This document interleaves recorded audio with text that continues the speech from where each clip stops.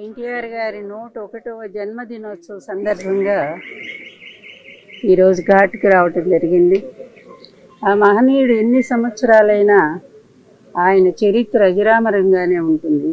తెలుగు జాతి ఉన్నంత వరకు తెలుగు వాళ్ళ గుండెల్లో ఆయన స్థిరమైన స్థానాన్ని సంపాదించారు. ఒక నటుడుగాను, అదేవిధంగా గొప్ప రాజకీయవేత్తగాను, భారతదేశంలో కాంగ్రెస్కి యాంటీ పార్టీలన్నిటినీ కూడా ఆయన కలిపి ఒక తాటి మీదకి తీసుకొచ్చి నేషనల్ ఫ్రంట్ స్థాపించి మొత్తం భారతదేశంలోని తెలుగు జాతి గౌరవాన్ని నిలబెట్టిన ఏకైక వ్యక్తి ఒక నందమూరి తారక రామారావు గారు. నేను ఆయన భార్యను అవటం ఎన్నో జన్మలుగా చేసుకున్న పుణ్యం నేనది. ఆ మహనీయుడిని ఇప్పుడు కుటుంబ సభ్యులు మేమే కాదు, యావత్ ఆంధ్ర జాతే కాదు, ఎక్కడ విదేశీయాల్లో ఉన్న తెలుగు జాతి కూడా ఆయన్ని స్మరించుకుంటూనే ఉంది. ఎన్నో చోట్ల మరి ఈ కార్యక్రమం నిర్వహిస్తూనే ఉన్నారు. ఎన్నో అన్నదానాలు జరుగుతున్నాయి, ఎన్నో రక్తదానాలు జరుగుతున్నాయి. ఇన్ని సంవత్సరాలు ఆయన చనిపోయి దాదాపు 28 సంవత్సరాలైంది. 96 ఆయన జనవరి 18వ తారీఖు మనల్ని అందరినీ వదిలిపెట్టి వెళ్ళారు. కానీ ఆయన కీర్తి మాత్రం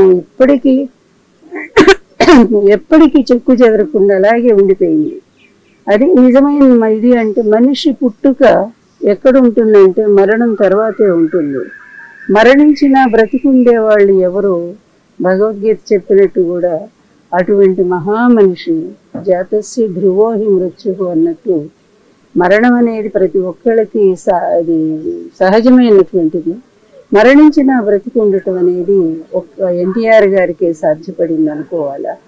ఆయన ఎప్పటికీ ఉంటారు. నేను ఒక్కటే కోరుకుంటున్నాను, ఆయన ఆశీస్సులు తెలుగు ప్రజలందరికీ అందాలి, ఎప్పటికీ అందాలి. ఆయన ఆత్మ తెలుగు ప్రజల చుట్టూనే తిరుగుతూనే ఉంటుంది. న్యాయం కోసం ఆయన పోరాటం సాగిస్తూనే ఉంటుంది. మళ్ళీ మంచి ఈ ఎలక్షన్ తర్వాత మంచి పరిపాలన కోసం ఆయన తప్పకుండా ఆయన ఆత్మ ఆశీస్సులు అందిస్తూనే ఉంటుంది. ఆంధ్రప్రదేశ్లో మంచి సుపరిపాలన మళ్ళీ కంటిన్యూ కాబోతూ ఉంది.